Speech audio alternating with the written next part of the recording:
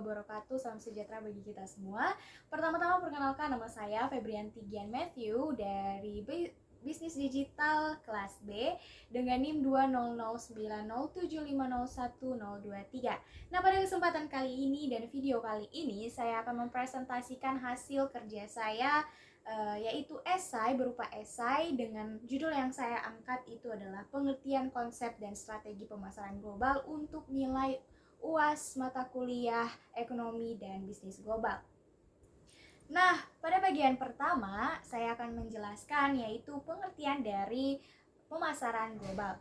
Untuk itu apa sih pengertian dari pemasaran global sendiri? Untuk secara umumnya yaitu pemasaran global adalah pemasaran yang berskala seluas dunia. Itu yang secara umum. Tetapi peluang pasar selalu terbuka bagi semua pelaku usaha, tak terkecuali di pasar ekspor.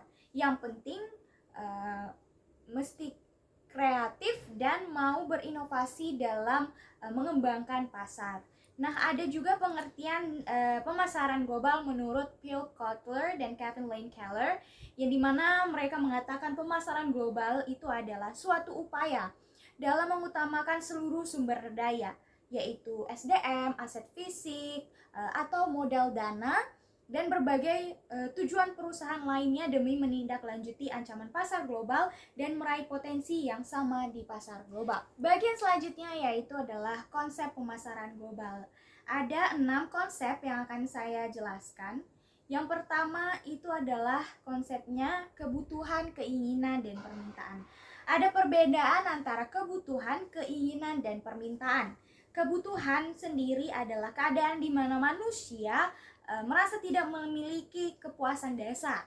Nah, kebutuhan tidak diciptakan oleh masyarakat atau pemasar, namun sudah ada dan terukir dalam hayati kondisi manusia. Dan sedangkan keinginan adalah hasrat akan pemuas tertentu dari kebutuhan tersebut. Nah, keinginan manusia dibentuk oleh kekuatan dan institusi sosial. Sedangkan permintaan adalah keinginan akan sesuatu yang didukung dengan kemampuan serta kesediaan untuk membelinya. Nah, untuk keinginan menjadi permintaan bila didukung dengan daya beli. Nah, perbedaan ini bisa menjelaskan bahwa pemasar tidak menciptakan kebutuhan. Kebutuhan sudah ada sebelumnya. Jadi pemasar mempengaruhi keinginan dan permintaan dengan membuat suatu produk yang cocok, menarik, terjangkau, dan mudah didapatkan oleh pelanggan yang ditujunya. Pada poin kedua yaitu ada produk. Produk sendiri adalah sesuatu yang dapat ditawarkan untuk memenuhi kebutuhan atau keinginan pelanggan. Pentingnya suatu produk fisik bukan terletak pada kepelikannya, tetapi pada jasa yang dapat diberikannya. Nah, oleh karena itu dalam membuat produk harus memperhatikan produk fisik dan jasa yang diberikan produk tersebut. Nah, pada poin yang ketiga di sini ada nilai, biaya, dan kepuasan. Untuk pengertian dari nilai sendiri adalah perkiraan pelanggan tentang kemampuan total suatu produk untuk memenuhi kebutuhannya. Setiap produk memiliki kemampuan yang berbeda untuk memenuhi kebutuhan tersebut, tetapi pelanggan akan memilih produk mana yang akan memberi kepuasan total yang paling tinggi. Nah, nilai setiap produk sebenarnya tergantung dari seberapa jauh produk tersebut dapat mendekati produk ideal. Dalam hal ini termasuk harga. Nah, pada poin keempat itu ada pertukaran transaksi dan hubungan. Kebutuhan dan keinginan manusia serta nilai suatu produk bagi manusia tidak cukup untuk menjelaskan pemasaran. Pemasaran timbul saat orang memutuskan untuk memenuhi kebutuhan serta keinginannya dengan pertukaran. Pertukaran adalah salah satu cara mendapatkan suatu produk yang diinginkan dari seseorang dengan menawarkan sesuatu sebagai gantinya. Pertukaran merupakan proses dan bukan kejadian sesaat.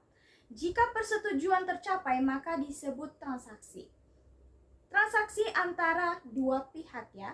Untuk kelancaran merupakan pertukaran nilai dari transaksi, maka hubungan yang baik dan saling percaya antar pelanggan, distributor, penyalur, dan pemasok akan membangun suatu ikatan ekonomi, teknis, atau klan sosial yang kuat dengan mitranya. Nah, sehingga transaksi tidak perlu dinegosiasikan setiap kali, tetapi sudah menjadi hal yang rutin. Hal ini dapat dicapai dengan menjanjikan serta menyerahkan mutu produk, pelayanan, dan harga yang wajar secara kesinambungan. Pada poin kelima itu ada pasar. Pasar sendiri terdiri dari semua pelanggan potensial yang memiliki kebutuhan dan atau keinginan tertentu serta mau dan mampu turut dalam pertukaran untuk memenuhi kebutuhan atau keinginan itu. Nah, istilah pasar untuk menunjukkan pada sejumlah pembeli dan penjual melakukan transaksi pada suatu produk. Nah, kita masuk ke poin terakhir itu ada pemasaran dan pemasar. Nah, untuk pengertian pemasar sendiri itu adalah keinginan manusia dalam hubungannya dengan pasar pemasaran. Jadi maksudnya bekerja dengan pasar untuk mewujudkan transaksi yang mungkin terjadi dalam memenuhi kebutuhan dan keinginan manusia. Nah, sedangkan pengertian dari pemasar sendiri adalah orang yang mencari sumber daya dari orang lain maupun menawarkan sesuatu yang bernilai. Nah, kalau satu pihak lebih aktif mencari pertukaran dari pihak lain, maka pihak pertama adalah pemasar dan pihak kedua. Nah, kita masuk pada poin yang ketiga, itu adalah strategi memasuki pemasaran global. Di sini ada 6 poin. Yang pertama itu melakukan ekspor impor. Di sini sudah sangat jelas pada poin pertama. Pada poin kedua itu adalah membuka kantor perwakilan atau cabang. Nah, pada poin kedua ini pembentukan sebuah anak perusahaan yang dimiliki sepenuhnya disebut sebagai greenfield venture atau usaha ladang hijau.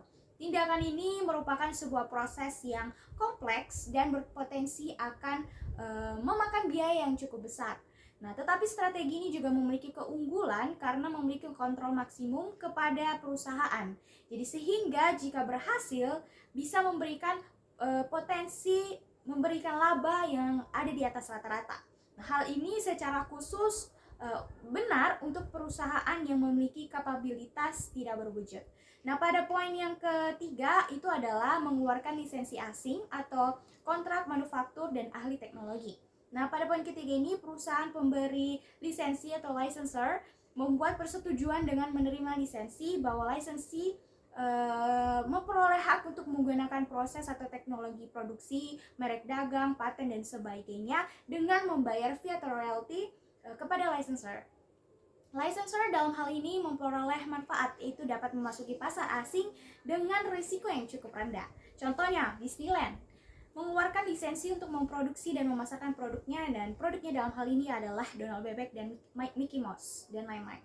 Nah, pada poin keempat itu melakukan franchising, yaitu bentuk kerjasama tertulis antara pihak franchisor dan franchise diberi hak untuk mendistribusikan produk atau jasa tertentu dalam periode dan wilayah tertentu serta cara-cara yang ditentukan oleh franchisor, contohnya McDonald, KFC dan lain sebagainya. Nah, pada poin kelima ini membuka usaha patungan atau joint venture. Nah, investor luar negeri dapat bergabung investor IKAL untuk membentuk usaha patungan di mana mereka membagi kepemilikan dan kontrol. Nah, perusahaan luar negeri mungkin kekurangan sumber daya finansial atau manajerial untuk menjalankan usahanya. Nah, pada poin terakhir ini adalah melakukan akuisisi perusahaan lain. Untuk akuisisi itu pengertiannya sendiri adalah pengambilan kepemilikan atau pengendalian atas saham atau aset suatu perusahaan oleh perusahaan lain. Dan dalam peristiwa ini baik perusahaan pengambil ahli atau yang diambil ahli tetap eksis sebagai badan hukum yang terpisah. Nah, setelah mendengar hasil penjelasan saya tadi, kita sekalian menjadi tahu pengertian konsep dan strategi dari pemasaran global. Jadi saya dapat ambil kesimpulan bahwa salah satu jenis pemasaran ini memiliki pengaruh yang cukup dan sangat besar atas adanya perkembangan ekonomi masyarakat dari berbagai kalangan masyarakat secara global. Nah, untuk itu setiap pengusaha harus bisa berinovasi untuk bisa berkembang secara global di tingkat internasional dengan strategi pemasarannya sendiri. Nah, semoga dengan esai yang telah saya buat mengenai pemasaran global ini bisa berguna untuk atau bahkan dapat memberikan pengetahuan baru bagi kita semua yang mendengar dan menonton video ini untuk dijadikan sebagai landasan atau referensi dalam melakukan kegiatan bisnis. Untuk itu, jika ada kesalahan kata yang saya sampaikan baik disengaja maupun tidak disengaja, saya mohon maaf. Dan mungkin ini segitu saja dari saya undur diri dan saya ucapkan terima kasih.